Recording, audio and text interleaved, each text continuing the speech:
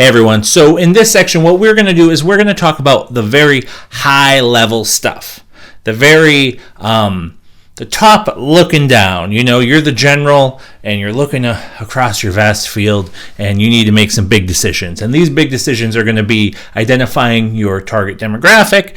It's going to be looking at content funnels. We're going to talk about creating a content calendar for every other piece of marketing that you're going to use this year.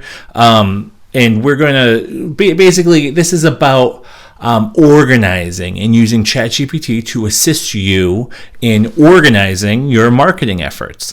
And at the very end, there will be a video, because I wanted to get this out there early because it's super important, a video about the pitfalls of using Chat GPT. You will see in these first few videos that there are times when ChatGPT does not want to work. It says, sorry, sorry, I'm not going to do that. It stops typing in the middle of stuff. And because this is such a common problem right now, even for paid members, I'm paying for priority on ChatGPT, and that's still happening to me, and it's going to happen to you. So we're going to talk about having backup plans, and then that's going to be in the pitfalls of ChatGPT.